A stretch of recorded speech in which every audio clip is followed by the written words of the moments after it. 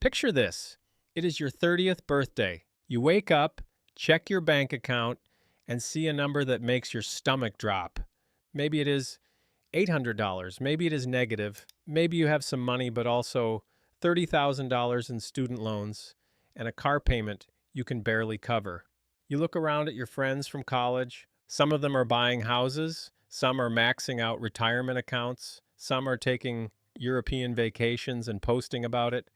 And you are sitting there thinking, how did I get so far behind, and is it even possible to catch up? Here is what nobody tells you about being 30 with no money. You are not behind. You're actually in the perfect position to build serious wealth faster than people who started earlier. I know that sounds insane, but stay with me, because I'm about to show you exactly why starting from zero at 30 is actually an advantage, and what to do in the next 90 days to completely change your financial trajectory. I am Max, your monkey in a business suit, and I spend way too much time thinking about wealth building, financial psychology, and why some people who start with nothing end up with everything, while others grind for decades and never get ahead. If you are tired of feeling financially stuck and want an actual roadmap instead of vague advice about cutting lattes, hit subscribe. This one is for you. Before we get into the specific action steps, I need to destroy a lie you have probably been telling yourself. The lie is this: I wasted my 20s, I should have started investing at 22, and now I am too far behind to ever catch up. This is complete nonsense, and believing it is the only thing actually holding you back. Here's the truth that will probably surprise you. Someone who starts investing $500 a month at age 30 will have almost the same retirement balance as someone who started investing $300 a month at age 22. How is that possible? Because by the time you are 30, you should be earning significantly more than you were at 22. Your income trajectory matters far more than your start date. The 22-year-old making $45,000 who saves $300 a month is doing great. But the 30-year-old making $75,000 who saves $500 a month catches up shockingly fast. And the 30-year-old has something the 22-year-old does not: 8 more years of mistakes, lessons, and clarity about what actually matters. Think about who you were at 22. You probably did not know what career you wanted, and you definitely did not understand how taxes work or what a Roth IRA was. You were still figuring out basic adulting. Even if you had money to invest, you probably would have panic sold during the first market dip or blown it on something you cannot even remember because you lacked the discipline you have now. At 30, you have learned things. You have seen friends make financial mistakes. You have made some yourself. You know what you value and what you do not. That wisdom is worth more than 8 extra years of compound interest on small amounts. But here's where most people mess this up. They use the clean slate as an excuse to keep starting over. They think, well, I am already at zero. What is another few months of not saving? Or, I will get serious after I pay off this one credit card. Or, I will start after the next raise. No, the advantage of starting at 30 is that you are old enough to know better, but young enough that time is still heavily on your side. You have 35 years until retirement. That is enough time for compound interest to do absolutely magical things, but only if you start right now. Not next month, today. So here is exactly what I would do if I woke up tomorrow, 30 years old with nothing in the bank. I am going to give you the specific order because the sequence matters more than most people realize. Everything that follows builds on what comes before it, so do not skip ahead. Day 1, I am opening a high-yield savings account, not with my regular bank that pays 0.01% interest like it is still 2008. I am talking about online banks that are paying 4 to 5% right now. This takes 15 minutes. You can do it from your phone. There is no excuse. This account has one job: hold my emergency fund. Not my spending money, not my investment account, just emergency money that sits there. being boring and earning interest. That distinction matters more than it sounds. Then, for the next 30 days, I am tracking every single dollar I spend. That $2.50 convenience store water bottle, that $8 streaming service I forgot I had, that $40 dinner that somehow turned into $75 with drinks and tip. I am not doing this to feel guilty. I am doing it because you cannot optimize what you do not measure. Most people have no idea where their money actually goes. They think they spend $200 a month eating out. The real number is $600. They think their subscriptions are $30 a month. 7 forgotten services later, it is 97. By day 30, I have real data, not guesses, not estimates, actual numbers showing me where every dollar went. And what I am looking for specifically are the invisible money drains, expenses I do not even notice that are quietly destroying my ability to build wealth. That gym membership I have not used in 4 months. The premium cable package when I only watch Netflix. The credit card interest from carrying a balance because dealing with it felt overwhelming. These are not small problems. These are compounding losses dressed up as minor inconveniences. Now, here is the part that separates people who actually build wealth from people who just read about it and do nothing. At the end of those 30 days, I am cutting everything that does not directly contribute to my survival or my genuine joy. Not reducing it, cutting it completely. If I have not been to the gym in 60 days, canceled. If I am paying for 4 streaming services but only actually watching one, the other 3 are gone. If I am spending $200 a month on delivery apps because I am too tired to cook, I am buying a slow cooker and learning 5 simple recipes. This is not about being cheap. It is about being intentional. Every dollar you spend is a dollar that cannot compound. That $50 a month cable subscription does not sound like much. But invested over 30 years at 8% returns, that is $75,000 you just traded for the ability to flip through channels you never watch. Once you see it that way, the cuts do not feel like sacrifices anymore. They feel like buying your future freedom. Now we are moving into days 31 through 90, and this is where the momentum starts to build. I have cut the waste. I know exactly what I am spending. Now comes the part that actually changes everything. For the next 60 days, I have one singular focus: get to $1,000 in that emergency fund as fast as humanly possible. Why $1,000 specifically? Because research shows this is the exact amount that prevents people from spiraling into debt when unexpected expenses hit. It is not enough to live on for months. It is enough to handle the car repair, the urgent dental bill, the broken phone, without putting it on a credit card at 24% interest and making the problem twice as expensive. That $1,000 is a force field that protects you from the financial chaos that keeps people stuck forever. Without it, every unexpected expense becomes a debt event. With it, most emergencies become inconveniences. How do you get there in 60 days? You need to find an extra $17 a day. That is it, not $500, not some impossible number. $17. Here is how I would do it. First, I am selling everything I own that I do not actively use. That guitar I bought 3 years ago thinking I would learn to play? Gone. Those expensive headphones sitting in a drawer? Sold. That collection of video games I have not touched in a year? Someone on Facebook Marketplace wants them right now. I am not getting rich off this stuff, but I can probably pull $300 to $500 from things currently gathering dust. Next, I am picking up a side hustle, but not a stupid one. I'm not doing some multi-level marketing scheme or delivering food for $6 an hour after gas. I am finding something that leverages a skill I already have. Can you write? Freelance writers charge $100 to $500 for a single article. Can you design basic graphics? Local businesses need social media content. Are you good with kids? Parents will pay $20 an hour for reliable babysitting. Can you clean? House cleaning services charge $30 to $50 an hour. The goal here is not to build a business. The goal is to generate fast cash to hit that $1,000 as quickly as possible.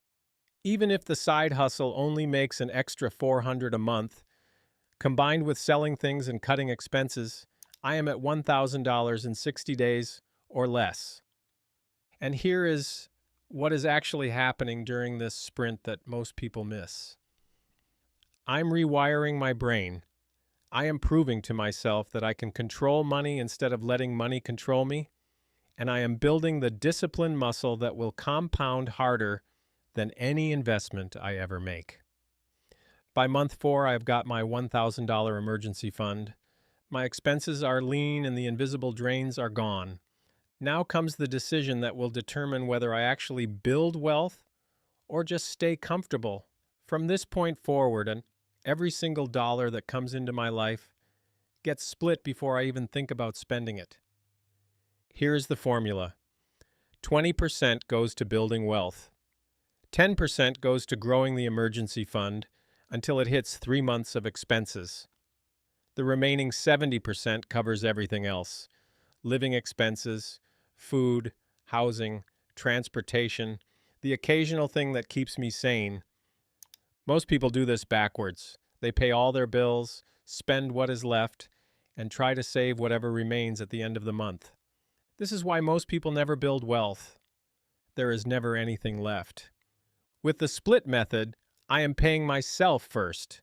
That 20% disappears immediately into investments before I have a chance to spend it on something I will not remember in a week. And here's the beautiful part. When you only have 70% of your income available to spend, you naturally become more efficient with it. You start asking better questions. Do I really need this? Is there a cheaper option? Can I wait a month and see if I still want it? Now, let us talk about what I am doing with that 20%. If my employer offers a 401k match, that is the first stop. If they match 3%, I am putting in 3% minimum, because that is literally free money. A 100% instant return. Nothing in the market can beat that. But here is where I would do something most financial advisors will not tell you. If I have high interest debt, anything above 7%, I am splitting that 20% between debt payoff and investing. Not all to debt, not all to investing. Split. The math says pay off debt first. A credit card at 18% is costing me more than I will earn in the stock market. But the psychology says I need to be building wealth simultaneously. If I spend 2 years eliminating debt without investing a single dollar, I will feel like I am making no progress. I will get discouraged. I will quit. If I am doing both, even if it is not mathematically optimal, I am building the habit. I am watching my investment account grow. I am proving to myself that I am the kind of person who builds wealth. That psychological momentum is worth more than the marginal mathematical efficiency. Here is an honest analogy for the split method. Imagine being handed a bunch of bananas and immediately setting 3 of them aside before you even peel one. It feels almost wrong at first, like you are being robbed of something. But after a few weeks, you stop noticing the missing bananas, and the pile in the corner just keeps getting bigger. 6 months in, something starts to happen. That $1,000 emergency fund is now $2,500. That investment account that started at 0 now has real money in it, maybe $1,200, maybe $2,000. It does not matter exactly. What matters is that you can see it growing. And this is where the compounding mindset takes over. Every dollar you add to your investments is joining an army that is already working. Your initial contributions are earning returns. Those returns are earning returns. And your brain starts doing something interesting. It starts seeing opportunities everywhere. A friend mentions they are looking for someone to help with their online business, Before you might have thought, that sounds like a lot of work. Now you are thinking, that is an extra 500 a month. That is 6,000 a year. That is $100,000 in my portfolio 15 years from now. This is also the window where I would start optimizing career income. Because here's what nobody tells you. Investing 500 a month will build wealth. But increasing your income by 20,000 a year while holding your expenses flat will build wealth 5 times faster. So, I am updating my resume. I am reaching out to recruiters. I am having conversations with my manager about what it would actually take to get promoted. And I'm asking myself honestly whether switching companies could mean a 20% raise, because at 30, the answer is usually yes. You are not entry level anymore. You have skills, experience, and proof of competence that companies will pay for. The person who makes one strategic career move in their early 30s often out-earns the loyal employee by $200,000 or more over the following decade.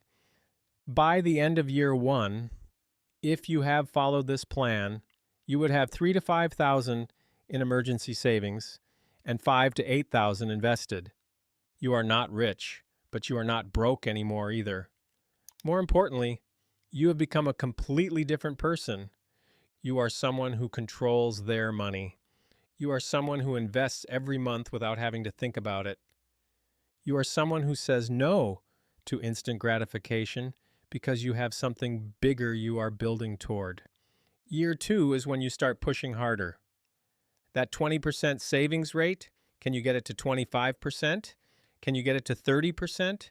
Every percentage point you increase now multiplies exponentially over the next 30 years. The difference between saving 20% and saving 30% of a $75,000 income is $7,500 a year.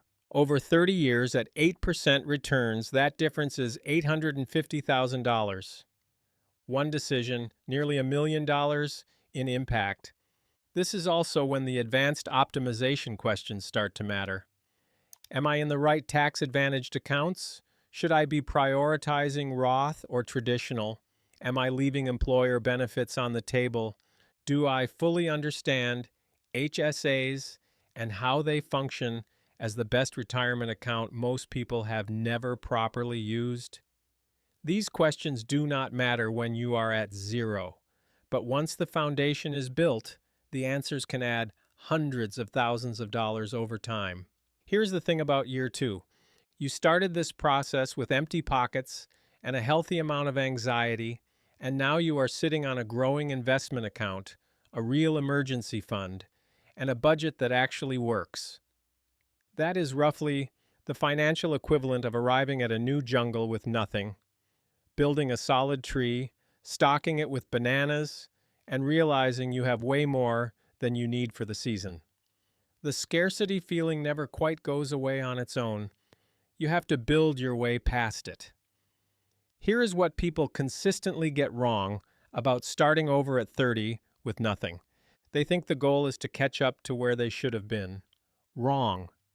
The goal is to build wealth, period. It does not matter if your college roommate has $50,000 invested already. That is their journey. Your journey is taking the wisdom you have earned, the discipline you are building, and the time you still have, and turning it into financial freedom. And here's the part that will probably surprise you. If you start at 30, invest $500 a month, and increase that by just 3% per year to keep pace with raises, you will have over $1.2 million by age 65. Start at 30 with nothing. Retire a millionaire. Not from luck, not from inheritance, from making consistent decisions over a long enough timeline. The people who win financially are not the ones who started earliest or had the most advantages. They are the ones who decided that today was day one and then showed up every single day after that. If you are 30 and you are at zero, congratulations. You are in the perfect position to build something remarkable. The only question is whether you will actually do it. Start today, not tomorrow, not Monday, today. Open that savings account, track your spending, cut the waste, and prove to yourself that you are the kind of person who builds wealth. Because you are. You just have not believed it yet. If this video helped you see your financial situation differently, hit like and subscribe, because every week on Monkey Money we bring you the real strategies, not the noise. Drop a comment and tell me, what is your day one move going to be?